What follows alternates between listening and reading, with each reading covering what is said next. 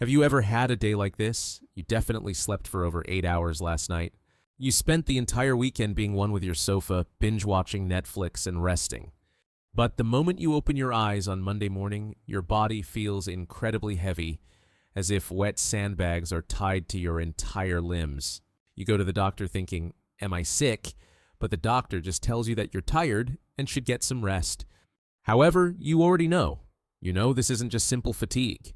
You're at a point where you're not quite depressed, you still go to work and meet friends, but if someone asked if you were happy, you wouldn't be able to answer easily. This strange state, which 1 in 5 modern people suffers from but has been neglected because it didn't even have a name, is called Subthreshold Depression. If you watch this video until the end, you will discover the chilling reason why you were tired despite resting, along with a magical solution that will make your body feel lighter starting tomorrow morning with just one tiny habit. I'm about to reveal the secret of a 25-year expert that has changed the lives of 1 million people. We often blame ourselves, thinking we lack willpower or are just lazy when we feel lethargic. Especially for those who live diligently, they suppress their pain, thinking, "Everyone else is struggling. Am I the only one being dramatic?" But everyone, this is absolutely not a problem with your personality. It's simply a state where your brain, a very precise machine, has run out of fuel. It's just like a car that cannot move. No matter how great the driver is, if the gas tank is empty. People around you saying things like, "cheer up," or "think positively," is no different from shouting, "step on it," to a car with an empty tank. You must stop that meaningless self-reproach now. The signal your heart is sending isn't a complaint, it's a desperate SOS asking to stop at a repair shop. If you don't accurately understand this state and keep running, your engine might burn out at some point. That's why today we are going to learn a very special maintenance method to get the car of our heart running again. Imagine a highly sophisticated car is running inside your head right now. For this car to roll properly, 3 specific parts must work together perfectly: the brakes, the accelerator, and the engine. First, let's talk about the brakes. In our brain, the brakes play the role of telling us, "Let's rest now, let's get some sleep." When you come home after work, they help you switch off naturally and fall into a deep sleep. But what happens if these brakes break down? Even though your body is completely exhausted, your mind becomes clearer the moment you lie in bed. You stare at the ceiling, worrying about tomorrow's tasks, or replay that unpleasant comment a colleague made earlier over and over again. Eventually, you waste time scrolling through smartphone shorts until dawn. This isn't resting. It's like racing down a highway all night in a car without brakes. Your car is screaming for rest, but your brain is still speeding at 100 miles per hour. Next is the accelerator that makes us move. It's the driving force that makes you hear the alarm and think, "All right, let's start the day with energy," and lift your body. However, when you fall into a state of subthreshold depression, this accelerator stops listening to you. Your head screams, "I have to get up now, I have to wash up," hundreds of times, but your body is stuck to the floor like a magnet. You aren't lazy, it's just a state where the wheels spin in place no matter how hard you step on the gas. In these moments, we blame ourselves. What is wrong with me? Others are doing miracle mornings and doing just fine. But does a car move if you force the accelerator when it's broken? No, the engine only overheats. On days like this, you go to work and just stare blankly at the screen, and writing a simple email feels as daunting as climbing a mountain. It's not because you lack energy, but because the part that creates momentum has temporarily stopped. Finally, the most important part is the engine. The engine is responsible for the excitement and joy in our hearts. It's that fluttering feeling of thinking, "I should go on a trip this weekend," or "I want to go eat something delicious." However, the most terrifying signal of subthreshold depression starts with this engine shutting down. Movies you used to love become boring after 10 minutes, so you turn them off. And when friends ask to meet, the annoyance of, "What should I even say there?" comes before the joy of seeing them. Even when you eat something delicious, you aren't as happy as you used to be. And even when something good happens, you just feel indifferent. That feeling like the world has suddenly turned into a black and white movie, you've probably felt it before. This doesn't mean you've become a cold person. It means your emotional engine is so exhausted that it has momentarily stopped. If the engine is off, the drive can't be enjoyable no matter how beautiful the road is.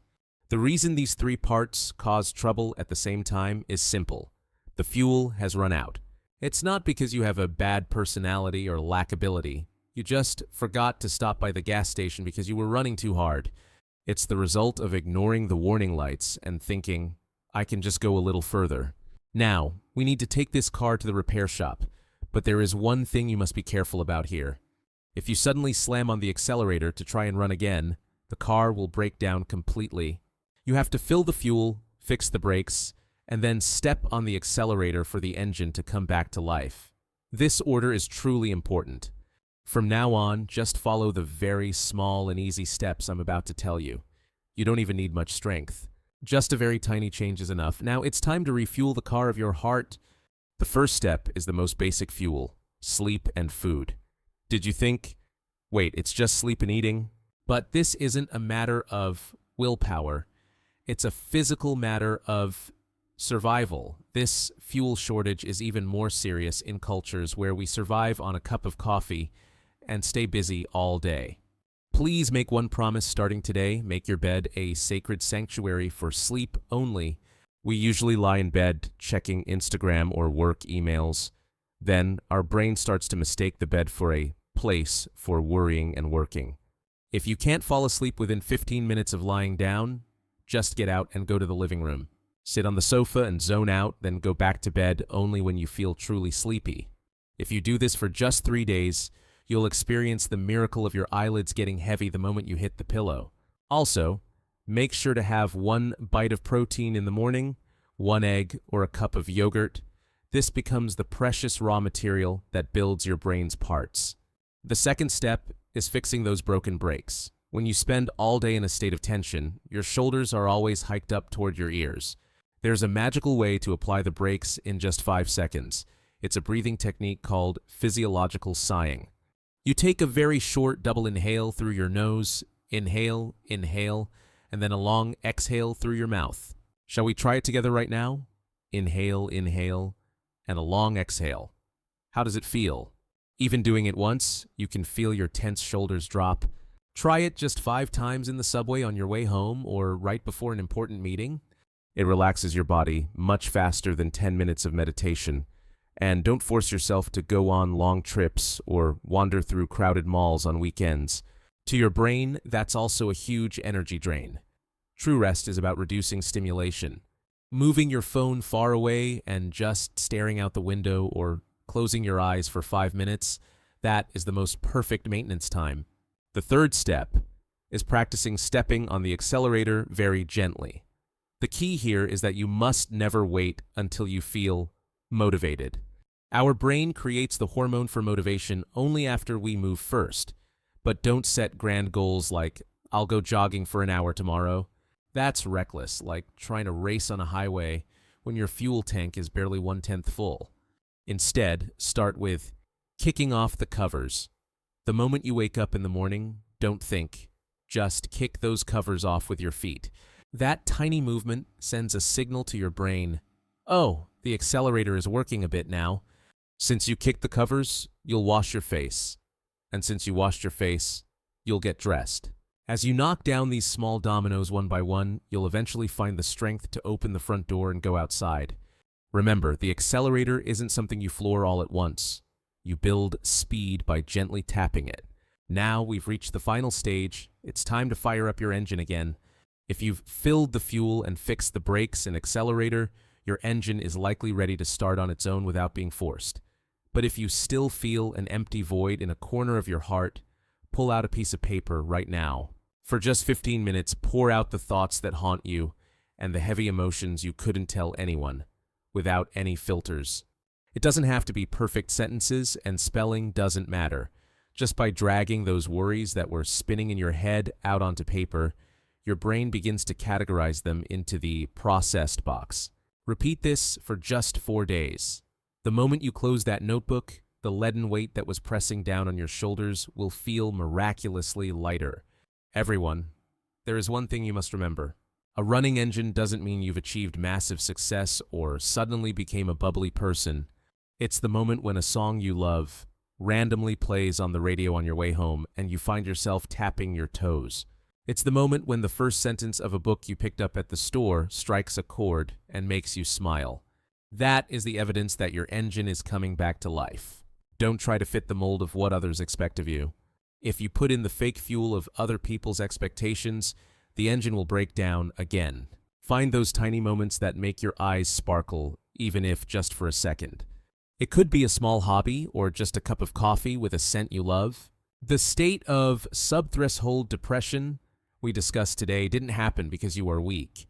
It might actually be a badge of exhaustion from living more responsibly and diligently than anyone else. So please, stop pushing yourself. Instead of thinking, why am I so fragile? I hope you can kindly tell yourself, it's time for my heart car to stop at the gas station. Even the expert who has treated countless people for 25 years once stood at the edge of a subway platform, having lost the will to live. But he eventually stood up through these 4 maintenance steps, and now he shares hope with people all over the world. Your engine is not broken, you just needed a little bit of a long rest. I hope today's video provided a small comfort to your weary day. Which sentence touched your heart the most while watching this? Or do you have your own small way of healing? Please share it in the comments. The one warm line you leave could be a great light of hope for someone else struggling alone in a dark room right now. You can run beautifully again at your own pace. I will cheer for your brilliant drive until the very end. You truly did a great job today. I'll be back in the next video with deeper empathy and practical help. Thank you so much for watching.